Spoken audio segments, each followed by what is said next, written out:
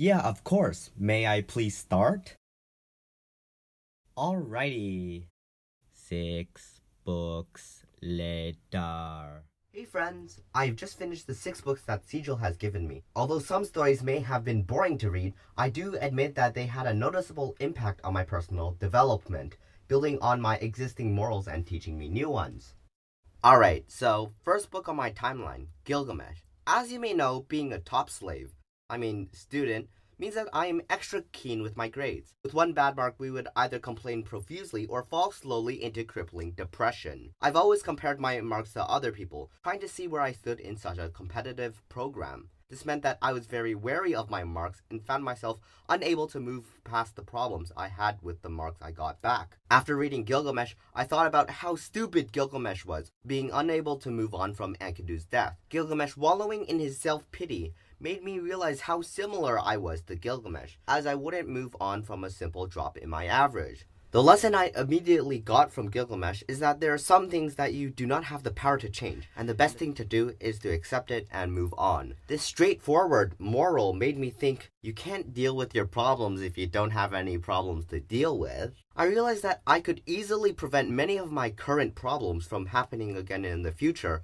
which made me try to identify the stems of these problems. I began to take notice of my ineffective working habits and how much time I would waste. I would often binge through entire seasons of shows such as Attack on Titan and Dragon Ball, spending much of my life looking at memes. No, not those 2014 top text, bottom text pictures from Meme Generator. I mean actual funny memes that the cool kids use. Back to my point. After realizing the undeniable correlation between my time management skills and feelings of disappointment towards my grades, I began to correct my working habits to try and minimize situations in which I am displeased with my performance in school. Going forward, I now limit my cell phone and social media usage, the time I spent on YouTube, and started to take time out of my day to go exercise and volunteer for the community. Moving on to my second story, the Odyssey. You know, that book about a dude who spends 80% of his journey sleeping with Calypso and Circe, and the other 20% escaping from literal gods. Anyways, there's no doubt that Odysseus went through a lot in order to return home to his wife Penelope. Despite supposedly cheating on her by modern standards, Odysseus was considered loyal at the time of the book. Penelope's assurance in Odysseus's return and her trust in his loyalty is something I have always desired for in my own life. It came to my mind that many of my previous friends from my old school would probably value Fortnite over me. This made me rethink my choices of friends, as I realized that true friends are not only people you hang out with, but people you can rely on in your future. This reminded me of a quote within Jeff Olson's The Slight Edge, a book I talked about in my previous presentation, which quoted Jim Rohn's famous saying, "You are the average of the 5 people you spend the most time with." When I first read The Slight Edge, I didn't quite understand this quote because I simply saw people as either friends, best friends, or frenemies. Now that I have read The Odyssey, I came to really understand and relate to this quote, as I see the importance of having true friends. Overall, the Odyssey helped me become much more aware of my friend choices, as I realized how important the people you hang around the most can impact you. On to my third story, Understanding Comics. Well, I guess this isn't really a story per se, but it was a book that we had to read and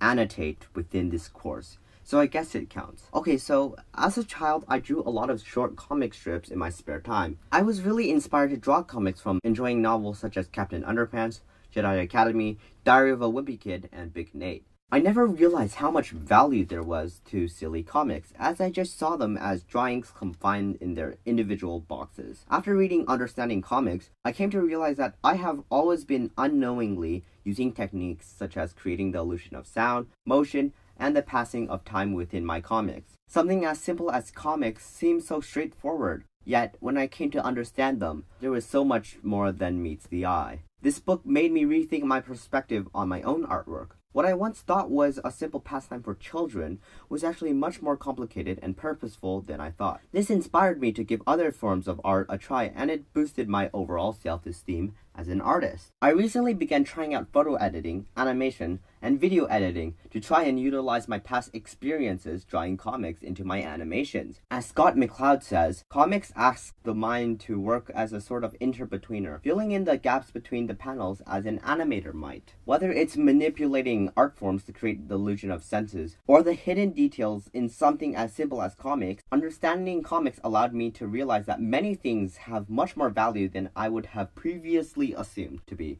and inspired me to explore other forms of media. Moving on to my fourth story, Yu the Great. When I read Yu the Great, rather than interpreting it as a story of a hero who saves China, I found it to be a story about family. Family tradition is prominent within this book as Yu carries out the task his father fails to accomplish. This really made me think about my own family and how much of a failure I am to them.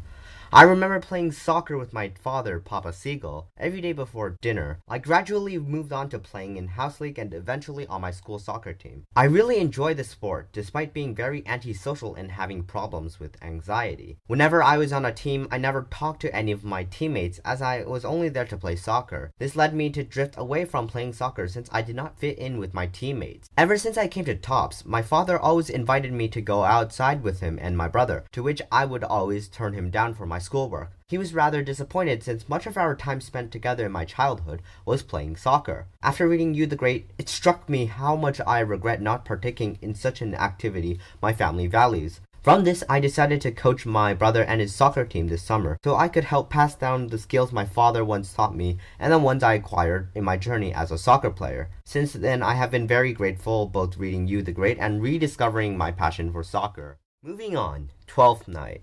Despite being a Shakespearean play, I actually didn't fall asleep on this one. Okay, maybe I lied. Anyways, Twelfth Night was surprisingly hilarious to me, especially with love triangles between the various characters. After analyzing the interesting plot Twelfth Night had, it came to me that this whole mess wouldn't have happened if the characters communicated properly and were straightforward. From combining Twelfth Night and my experiences working in various group projects, I learned the importance of clear communication. When working on a group project, I would often get triggered at my group mates if they didn't meet my expectations, whether it is the amount of work they do or if they get distracted playing Surviv.io. I came to understand that I was wrong for blaming them as I did not explain what my expectations were. I simply assumed that they knew what I expected from them, which ended up as trouble for me. I am very thankful for reading Twelfth Night, as it helped me realize the benefits and advantages of clear communication, and how it is essential in both my love life and my academic life as well. On to my last story, The Road. The Road is a post-apocalyptic novel that explores a world without human civilization.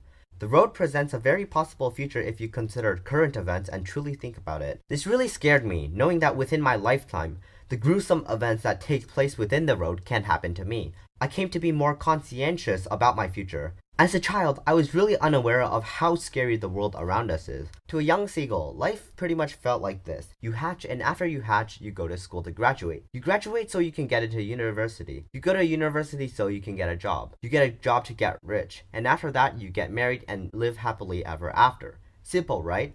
Well, not really. I didn't come to Tops to end up on the streets, and neither did anyone else. I previously thought that Tops was an easy gateway for a successful life when I saw the hype around the graduates. However, when my English and math marks hit me, I realized that I still needed to put an effort into my work.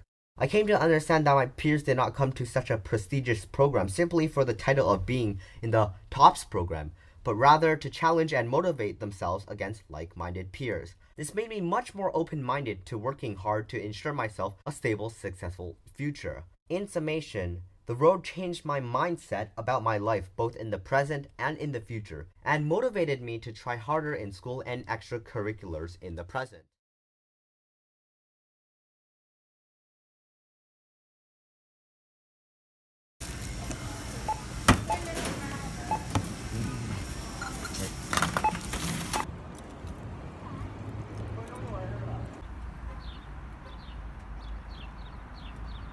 From the stories we explored in this course, I learned that stories have an undeniable contribution to our personal development, teaching us new morals and building upon previous ones. And as always, thanks for watching.